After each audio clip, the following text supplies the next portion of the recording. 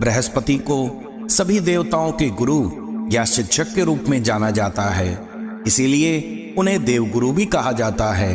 वह सभी ग्रहों का नेतृत्व करते हैं, सब ग्रहों में सर्वश्रेष्ठ हैं। उनके पास हमेशा हर समस्या का समाधान होता है। अन्य सभी ग्रहों की तुलना में बृहस्पति को सबसे दयालु और कृपालु ग्रह माना जाता है।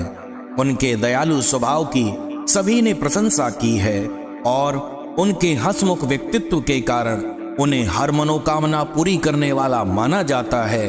बृहस्पति पवित्र प्रार्थनाओं, मंत्रों और भक्ति के स्वामी हैं और सौर मंडल के सबसे बड़े ग्रह हैं। बृहस्पति ज्ञान, कर्मकांड, युक्ति, मंत्रों के स्वामी हैं। सदियों से बृहस्पति को सौभाग्य, भाग्य, धन, समृद्धि, आध्यात्मिकता और धार्मिक मूल्यों का प्रतीक माना जाता है।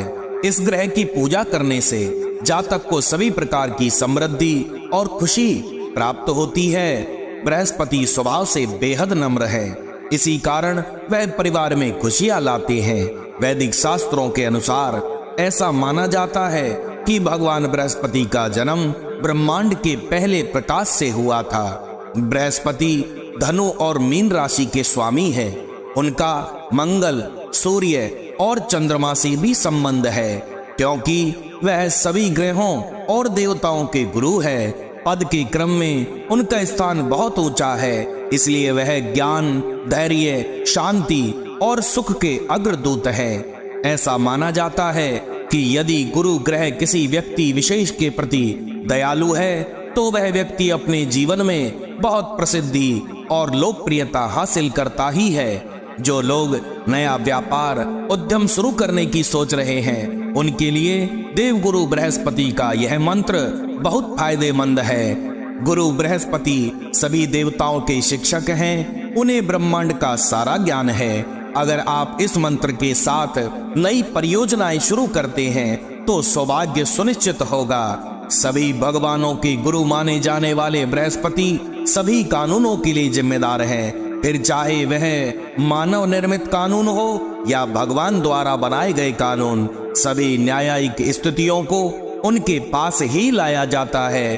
उनके मंत्र के जाप या श्रवण द्वारा लंबे समय से चल रहे कानूनी विवाद जल्दी ही आपके पक्ष में समाप्त होंगे। बृहस्पति मंत्र का जाप करने से घर में सुख शांति बनी रहती है, साथ ही विवाह में आ रही रुकावटें कम हो जाती हैं और कार्य क्षेत्र में भी सफलता मिलती है। इस मंत्र का नियमित रूप से शुद्ध मन से जाप करने की सलाह दी जाती है, क्योंकि यह किसी की कुंडली पर अन्य ग्रहों के दुष्प्रभाव को भी कम कर सकता है। इस मंत्र के नियमित जाप या श्रवण के बाद सफलता और खुशी सुनिश्चित हो जाती है और व्यक्ति बिना किसी डर और तनाव के जीवन जी सकता है। ओम ग्राम ग्रीम ग्रौम सह गुरुवे नमः। ओम ग्राम ग्रीम ग्रौम सह गुरुवे नमः।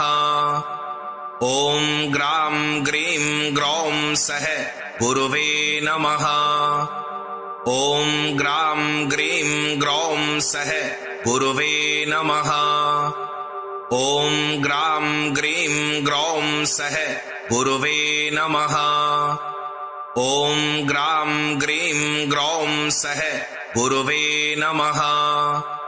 ओम ग्राम ग्रीम ग्रौम सह गुरुवे नमः। ओम ग्राम ग्रीम ग्रौम सह गुरुवे नमः। ओम ग्राम ग्रीम ग्रौम सह गुरुवे नमः। ओम ग्राम ग्रीम ग्रौम सह गुरुवे नमः। ओम ग्राम ग्रीम ग्रौम सह गुरुवे नमः। ओम ग्राम ग्रीम ग्रौम सह गुरुवे नमः। ओम ग्राम ग्रीम ग्रौम सह गुरुवे नमः। ओम ग्राम ग्रीम ग्रौम सह गुरुवे नमः। ओम ग्राम ग्रीम ग्रौम सह गुरुवे नमः।